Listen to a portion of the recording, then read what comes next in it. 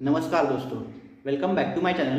तो दोस्तों इस वीडियो में हम बात करेंगे अफगानिस्तान के करंट सिचुएशन और अपडेट्स के बारे में। तो दोस्तों अगर आपने इस चैनल को लाइक शेयर और सब्सक्राइब नहीं किया तो प्लीज़ इस चैनल को लाइक शेयर और सब्सक्राइब कर दीजिए। तो दोस्तों बिना देरी किए चलिए बढ़ते हैं हमारे टॉपिक की ओर।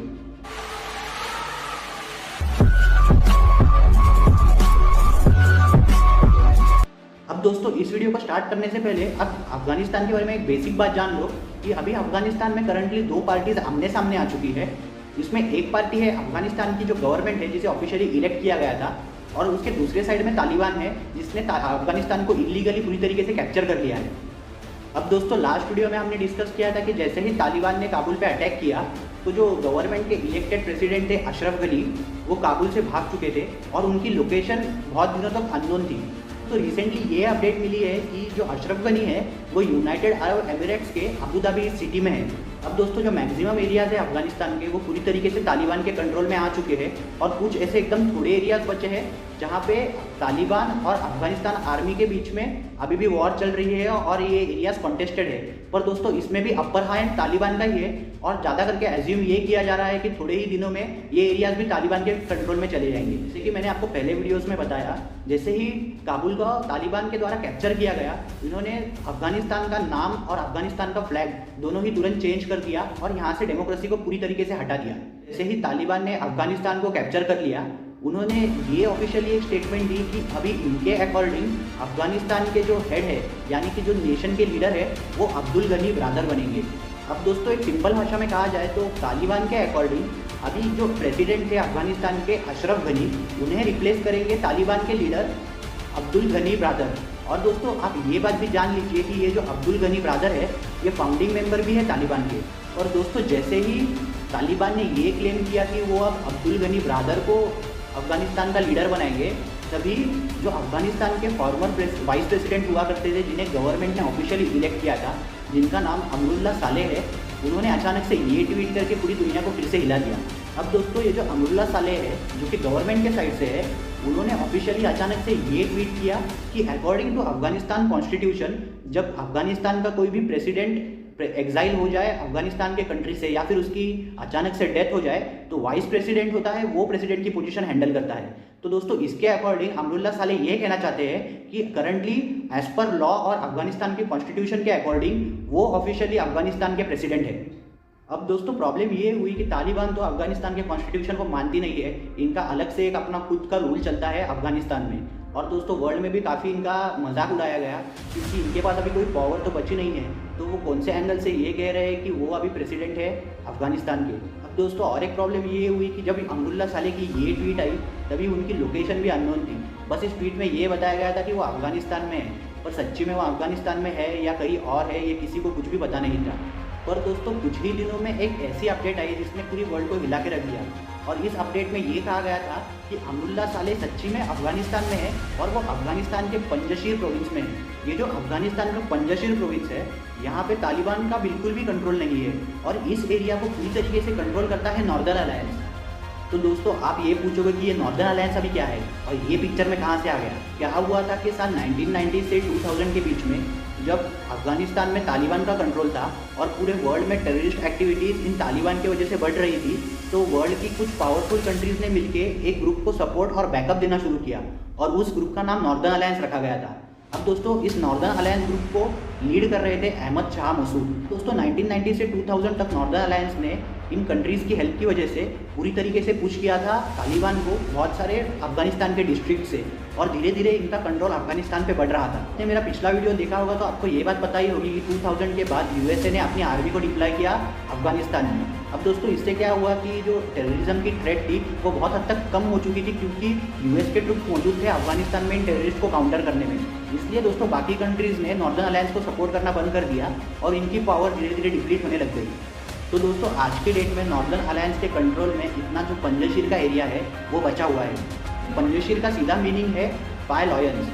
और दोस्तों इस एरिया का ये सिग्निफिकेंस है कि अफगानिस्तान के पूरे हिस्ट्री में तालिबान कभी भी कैप्चर नहीं कर पाया है इस एरिया को। और दोस्तों इसका एक रीज़न ये है कि इस पंजशीर प्रोविंस के बॉर्डर्स पे बड़े बड़े हिल्स और माउंटेन्स हैं जो कि एक नेचुरल बैरियर का काम करते हैं और तालिबानियों को इस प्रोविंस से बाहर रखते हैं। जैसे ही तालिबान ने पूरे अफगानिस्तान को कैप्चर कर लिया, तभी इस नॉर्दर्न अलायंस ने अपना फ्लैग होस्ट करके ये मैसेज वर्ल्ड को दिया कि हम लोग फाइट करेंगे तालिबान के साथ और हम इनका रूल अपोज करते हैं।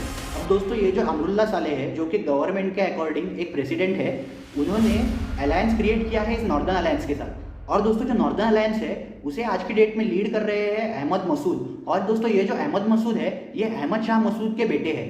तो ये जो नॉर्दर्न अलायंस की तरफ से जो लोग फाइट कर रहे हैं और जो नॉर्दर्न अलायंस को काफ़ी ज़्यादा सपोर्ट कर रहे हैं, ये लोग तजिक एथनिसिटी के लोग हैं। और दोस्तों ये जो तजिक एथनिसिटी के लोग हैं, ये लोग काफ़ी ज़्यादा नंबर्स में तजिकिस्तान में भी रहते हैं। और दोस्तों जो काफ़ी ज़्यादा प्रो तालिबान लोग हैं और जो तालिबान टेररिस्ट ग्रुप को सपोर्ट कर रहे हैं, वो ज़्यादा करके पश्तून एथनिसिटी के लोग हैं। अब दोस्तों सारे पश्तून इन्हें सपोर्ट नहीं कर रहे हैं, पर जो मैक्सिमम लोग हैं तालिबान में आज के डेट में, वो लोग पश्तून इस एथनिसिटी को बिलोंग करते हैं। आपको मैं ये बता देता हूँ कि एथनिसिटी और रिलीजन में बहुत ज़्यादा फर्क होता है। अब हम एक एग्जाम्पल लेते हैं। हमारे इंडिया में जो तमिल लोग हैं वो क्रिश्चियन भी है, हिंदू भी है और कुछ इस्लाम फेथ में भी बिलीव करते हैं। पर दोस्तों तमिल ये उनकी एक एथनिसिटी है। और जैसे कि तमिल लोग हमारे तमिलनाडु स्टेट में रहते हैं, वैसे ही कई ज़्यादा तमिल लोग श्रीलंका में भी रहते हैं। अब दोस्तों नॉर्दर्न अलायंस के पास आज के डेट में 8 से 10 हज़ार तक की एक पावरफुल फोर्स है। ज़्यादा नंबर्स में इनके साथ अफगानी आर्मी के भी ट्रूप्स आए होंगे जिन्होंने अब तक सरेंडर नहीं किया या फिर जो अभी तक कैप्चर नहीं हुए। सो दोस्तों एज पर माई अजम्पशन आज की डेट में पंजशीर में नियरली 10 से 15 हज़ार तक की एक फोर्स होगी जो कि तालिबान को रेजिस्ट कर रही है। जो नॉर्दर्न अलायंस है जिसने अलाई किया है अमरुल्ला सालेह के साथ, और ये जो दोनों पार्टीज मिलकर काउंटर कर रहे हैं तालिबान को, इन्होंने पूरे वर्ल्ड के कंट्रीज से हेल्प मांगी कि इन्हें डायरेक्टली सपोर्ट कीजिए और तालिबान को काउंटर करके अफगानिस्तान को रिकैप्चर करने में हेल्प कीजिए। पर दोस्तों किसी भी कंट्री ने इन्हें डायरेक्टली हेल्प नहीं की, और शायद कुछ कंट्रीज होंगी जो आज की डेट में इस ग्रुप को इनडायरेक्टली हेल्प प्रोवाइड कर रही होंगी। तो नॉर्दर्न अलायंस ने जब अपना फ्लैग होस्ट किया, उसको और एक इफेक्ट ये हुआ कि जो अफगानिस्तान के कुछ सिविलियंस है जिन्हें तालिबान का रूल जेन्युइनली नहीं चाहिए, उन्होंने भी इस नॉर्दर्न अलायंस को धीरे धीरे ज्वाइन करना चालू किया। और दोस्तों इसका रिजल्ट ये हो रहा है कि धीरे धीरे नॉर्दर्न अलायंस की फोर्स नंबर्स में बढ़ रही है। बीच में अपडेट ये भी आई थी कि नॉर्दर्न अलायंस और तालिबान दोनों पीसफुली एक टेबल पे बैठ के इस मैटर को सॉर्ट आउट कर लेंगे। और दोस्तों एज एक्सपेक्टेड जहाँ पे तालिबान है वहाँ पे कभी पीस आ ही नहीं सकता। और दोस्तों वैसे ही हुआ, ये जो पीस टॉक्स थी ये तुरंत फेल हो गई। रिसेंटली ये भी अपडेट आया है कि जो ये नॉर्दर्न अलायंस है इसने 300 से 350 तालिबानी टेररिस्ट को मार गिराया है। आज की डेट में नॉर्दर्न अलायंस को और पूरे वर्ल्ड को जो तालिबान को सपोर्ट नहीं करता, उनके माइंड में जेन्युइन फियर ये है कि तालिबान की भी पावर काफ़ी हद तक बढ़ी ही होगी। और इसके दोस्तों दो मेन रीज़न है। पहला सबसे बड़ा रीज़न ये है कि जैसे ही तालिबान ने पूरे अफगानिस्तान को कैप्चर किया होगा, तो ऑब्वियसली इन्होंने काफ़ी ज़्यादा सिविलियंस को अब तालिबान में ऐड ऑन किया होगा, जिससे इनके नंबर बहुत ज़्यादा बढ़ चुके होंगे। और दोस्तों और एक बात ये है कि जब इन्होंने पूरे अफगानिस्तान को कैप्चर किया, तभी इन्होंने वर्ल्ड के रिनाउंड टेररिस्ट को जो जेल में बंद थे उन्हें सबको खुला छोड़ दिया, और इन्होंने भी जेन्युइनली तालिबान को ज्वाइन किया ही होगा।